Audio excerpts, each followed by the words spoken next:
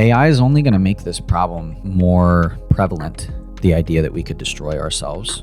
Whenever you operate off of assumptions, you operate unconsciously. You are literally a program going about your programmed tasks. When you ask questions, that changes.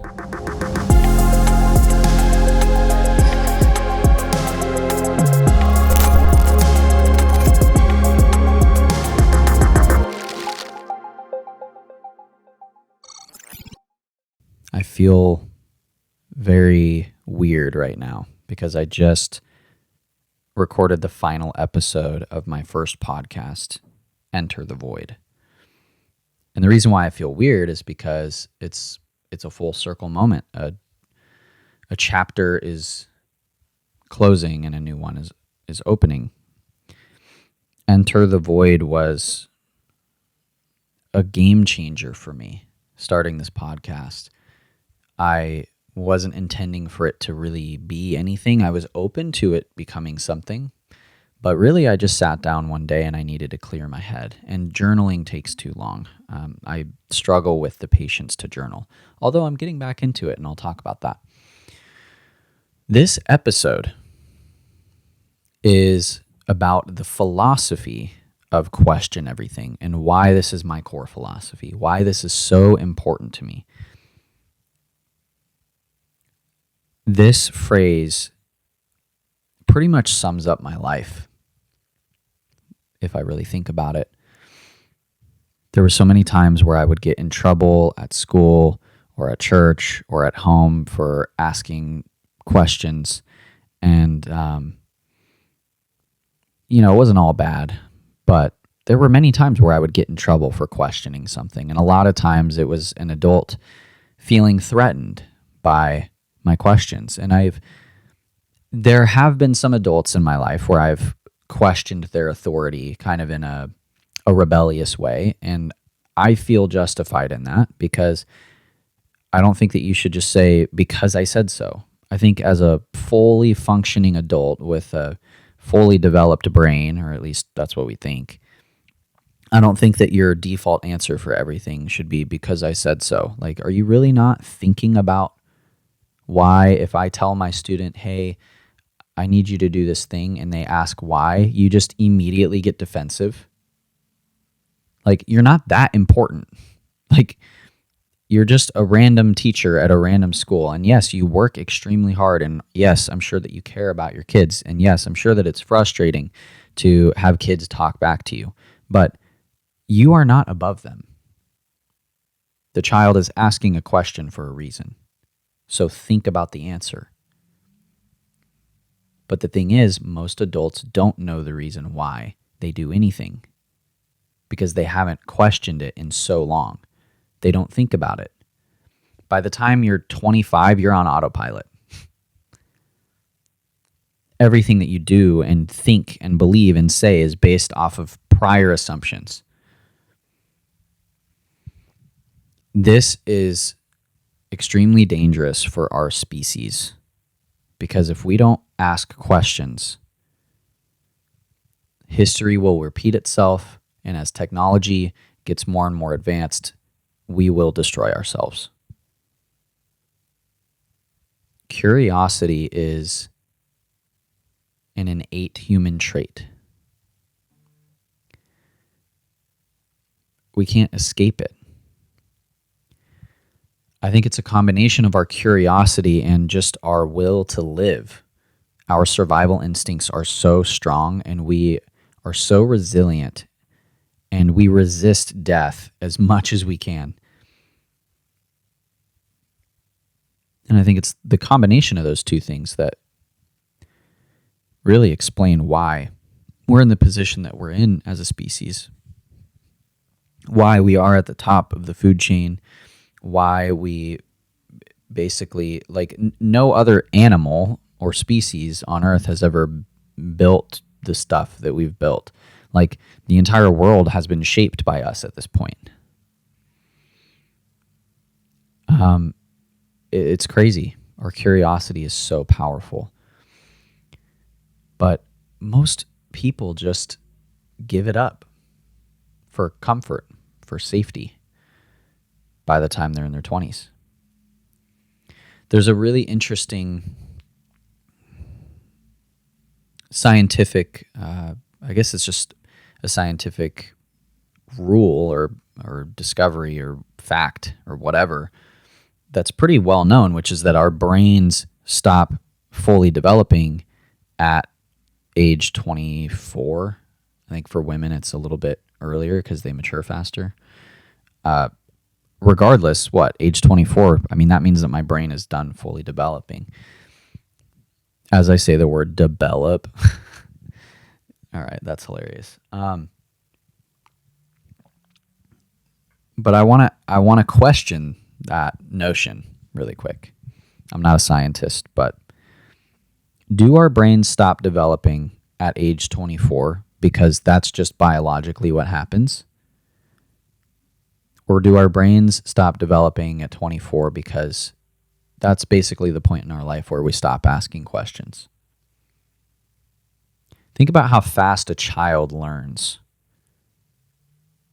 A child can soak up so much information from the world around them without even being directly taught.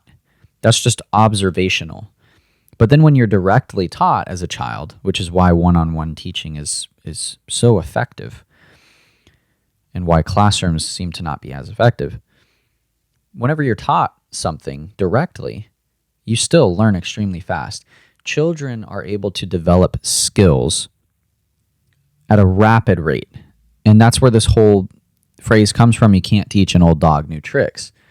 It's difficult once you've made your assumptions and you've settled into your routines and you operate throughout life based off of just an inference or a prediction based off of the things that you've experienced in the past, instead of questioning new information as it reaches you. You can't teach an old dog new tricks. That's not true. You just have to stop being so damn stubborn.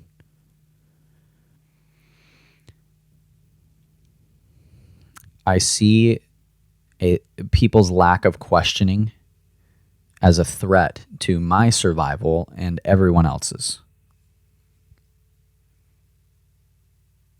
And that's why this phrase is so important to me. Because I can look back at many times in my life where if I would have just kept my mouth shut, I would not be who I am today. I would not be doing what I'm doing today. I would not be married to the person I'm married to. I wouldn't have the best friends that I have. I wouldn't be able to express myself creatively the way that I do. I wouldn't have any clarity on my future. I wouldn't know what love is. I probably wouldn't even be alive. Because the time in my life where I really, really started asking hard questions, moments before that, I almost took my life.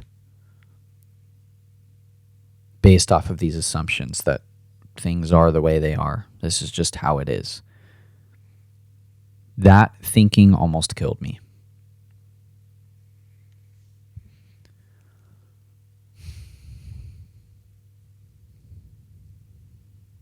We are meant for so much more than we give ourselves credit for, and we are so much more capable than we realize.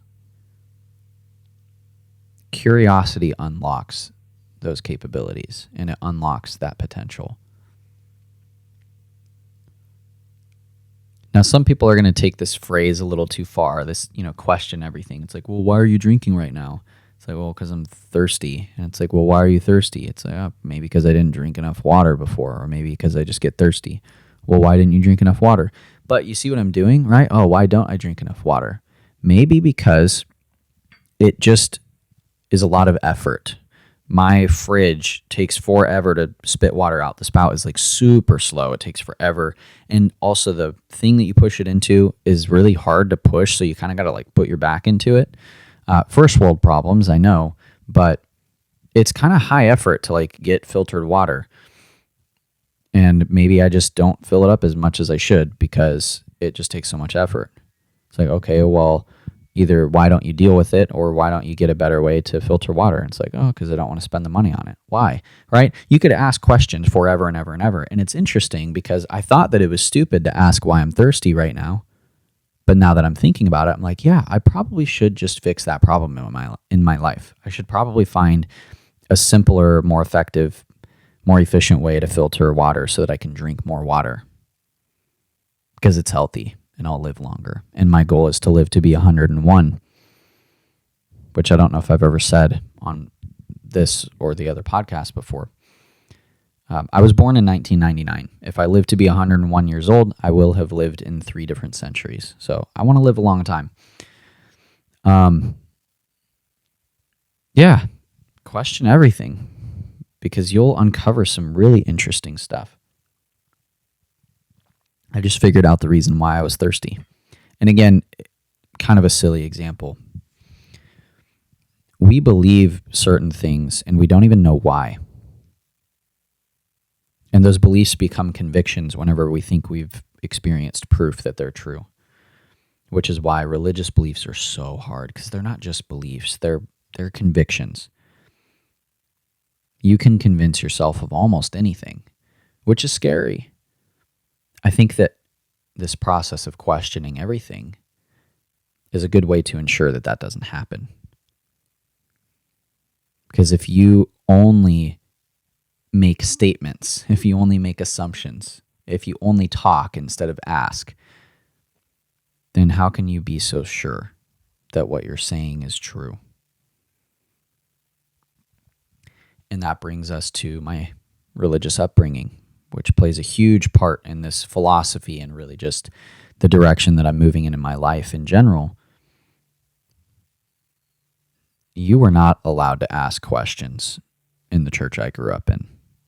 And the thing is, people that are still in that church, if they're hearing this episode right now, they would say something to the effect of, yeah, we actually encourage asking questions and we encourage you to pray and ask if things are true and blah, blah, blah, blah, blah. But the thing is, they don't realize that there's an entire system that's been set up from the ground up that psychologically conditions you to have certain responses to certain things. And that church is not exclusive to that manipulation. All of society does this.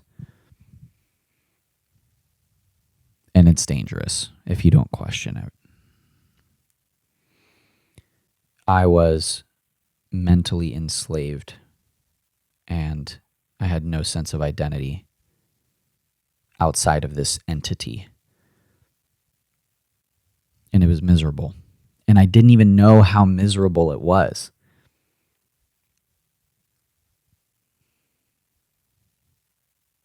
But now I do, looking back. I see how repressed I was. There was always a spark. There was always a little sign that I was in there somewhere, but it was very isolating, and it just creates dependency. And that's also really just what not questioning anything does, is it creates dependency. You become dependent on other people to give you the answers. And when people give you the answers that you like, even if they're not true, if they give you warm and fuzzy answers, then you will be indebted to them. This is why I talk about labels and why they're so dangerous. Because discovering who you truly are takes a shit ton of effort and intentionality, and it takes time, and it's hard, and it's heartbreaking because you have to take a step away from the people that keep you from becoming that best version of you. And all the while, they hate you for it. And they think you're crazy, and they think you're being misled. And no matter how sincerely you could tell them that you're genuinely happy now, they won't believe you. Discovering your true identity is really hard. And it takes so much effort that most people won't do it. It's that hard. questioning your beliefs is scary and difficult and painful. And for a lot of people, it seems pointless. It's like, well, if I like what I believe, then why should I question it? That's a good question. Maybe you should try and actually answer that question. But you won't.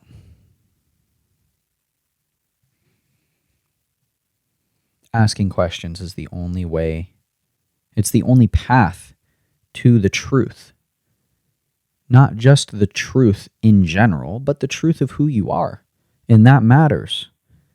Because regardless of what you believe religiously, if there is a creator that created us, whether it was by hand or literally like in a mixing bowl, that the meme of like you take certain personality traits where it's like, oh, I'm going to put like a little bit of intelligence and then like, oh, a lot of clumsy, like that whole joke. Oh, God poured way too much autism into me or whatever. It's something like I've heard people say like, oops.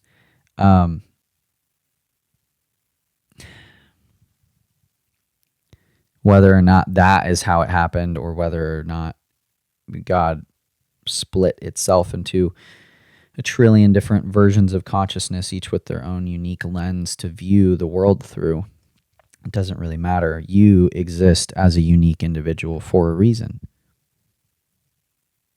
And the only way that you're going to find that reason and live in alignment with it is if you ask questions. Nearly everything that you believe is wrong. And nearly everything I believe is wrong. My goal is to become less wrong. I think it's in the book, The Subtle Art of Not Giving a Fuck. Like, we're all wrong. And science has always been wrong. But the goal of science is to just become a little bit less wrong over time. Because there are things that we believed scientifically to be 100% true and factual and just ultimate truth 100 years ago, that now it's like, oh, well, we were kind of on the right track. Some of those things still remain true, but we were wrong about these things. And these things are so important. These are key components of these hypotheses, of these theories that we got wrong, that now we see that because we asked questions. I'm so intensely passionate about this because I'm not a huge fan of duality, but we're either going to destroy ourselves or transcend ourselves. I don't really see any other option. We've had nuclear weapons now for a couple decades, and we haven't destroyed ourselves yet. Mutually assured destruction. So in order for you to make sure that the other country doesn't send a nuke towards you, you have to make sure you have nukes. And look, we haven't done that, aside from Japan. But I think we all learned our lesson from that. AI is only going to make this problem more prevalent, the idea that we could destroy ourselves. Whenever you operate off of assumptions, you operate unconsciously. You are literally a program going about your programmed tasks. When you ask questions, that changes. And so that's why I care so much. And that is why I named this podcast Question Everything. Because I've found a place in my life where I am discovering what true love really is. I'm discovering what it feels like to experience someone's genuine love and support and care and involvement. I'm learning what it's like to have a shared journey with somebody. And this holds true in my marriage, but also in my friendships.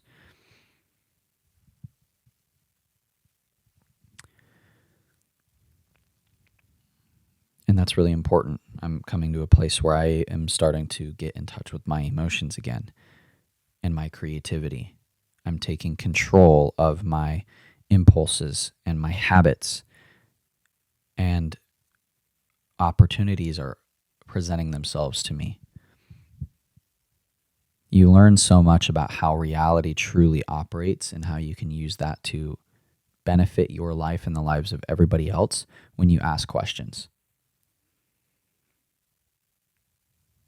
Go throughout your day and take note of how many of your sentences end with a period instead of a question mark.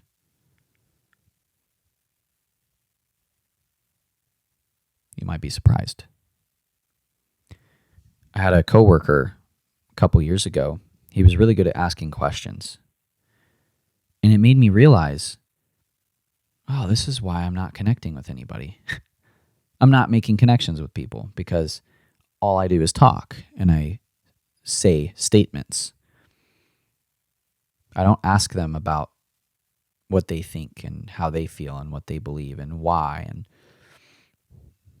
although me and this person do not see eye to eye on religion, especially at all, he was always cordial about it and was always curious. And do I feel like there was an element of maybe trying to convert me? Sure.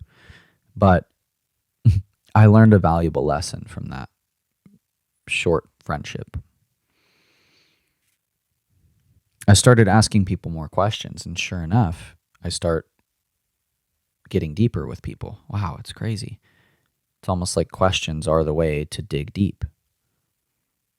If you want to stay on the surface, and if you want to die having lived a miserable life without trying to change it, then continue. I can't force you, and nobody can. The only person that can really get you to change is you.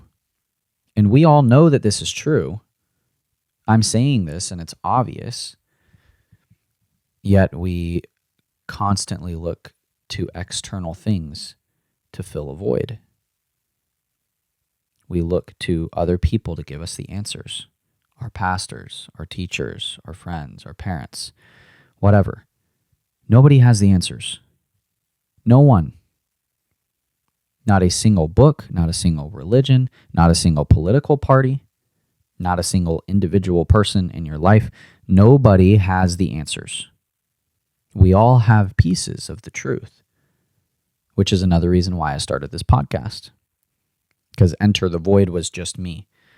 This new podcast, Question Everything, gives me the opportunity now to seek the truth that other people have. That's powerful.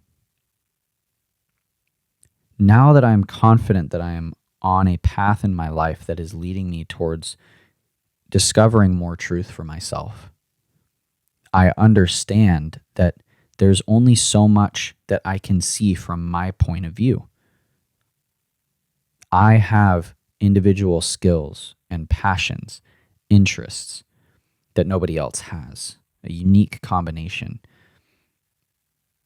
And that allows me to be highly specialized in whatever area I decide to explore in my life, but it also is a disadvantage if I stick to myself, because then I'm only getting one perspective of the truth. That's why I want guests on this show, because it gives me an opportunity to find the truth in others and in other places. And if we could all just realize that no one thing holds all the truth. There is an ultimate truth. There is reality, because I don't believe in my truth or your truth, but if multiple people could view a car crash and they would all have a different story of whose fault it is and who did what first and, oh, who said this and how this happened and the car did this at this time. Our memories are flawed. Our perception is flawed and limited. What makes you think that any one thing holds all the truth? We can all be viewing the same thing, which is the universe, which is life, yet we all see it differently. Don't let anyone convince you that they know the truth. And if somebody does, you should question why. And and then you should probably run really far in the other direction. If somebody says they have all the answers, if somebody says that they know how you can live happily ever after, this goes for business. If someone dangles a shiny object in front of your face and says, hey, I know how to make $1 million overnight. It's really easy. Let me show you. Hey, I know how to get to heaven. You just have to do these things. It's really easy. Let me show you. Run, because it's not true. I'm doing my very best to seek as much truth as I can from my perspective and from my unique lens and through my unique skills and passions. But I understand that I can only go so far alone. And I can only discover so much truth alone. That's the point of this podcast, is so that not only I can come to learn this truth, but so that I can offer a unique perspective for my guests, so that I can help them complete their puzzle. And I hope that I can do the same for you. I hope that this podcast gives all of us an opportunity to question the reality we think we know and discover truth together. There are going to be some people, there already have been people that claim that I'm leading people down to hell, as if you would even know. There are people that have made a lot of claims, a lot of, especially very, very religious people who think that the things that I talk about are blasphemy or disrespectful. I'm not the one sitting here acting like I know everything. And in fact, it's this knowledge that I don't know everything, that there's actually very little that I do know, that has freed me. I don't have to know the answers, because I won't. But the way you find truth, the way that you explore what the answers truly are, is not through holding tight to your convictions and trying to convince everybody else that you're right and that they're sinners and that they're going to go to hell and that you know the right way to get to heaven. It's like, what makes you so sure that any of that's real anyway?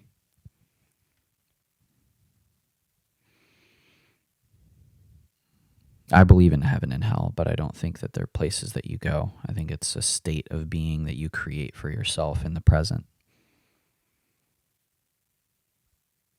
And damnation, to damn something, is to stop something, but dams can break. Dams can be broken. I was damned for a while in my life. I know what it's like to be in hell. I spent a long time asking somebody to deliver me from that hell, and it never happened. And it's not until I realized that I could create a heaven for myself and for the people around me that I realized there is an inner creator within all of us, and that is a reflection of the supreme creator, whatever that looks like. And the best way to glorify that, the best way to really just show gratitude for this life, is to question everything. We have the ability to ask questions for a reason, so we should use it. That's it for episode 4. I'm really excited for the episodes to come. I'm excited for everything else that's on the horizon. Thank you for listening. Thank you for watching. Find me on YouTube at the NOLAN.VOID if you want to search the handle. My goal is to hit 5,000 subscribers by episode 20. So get to it. Love you guys. I'll see you next time.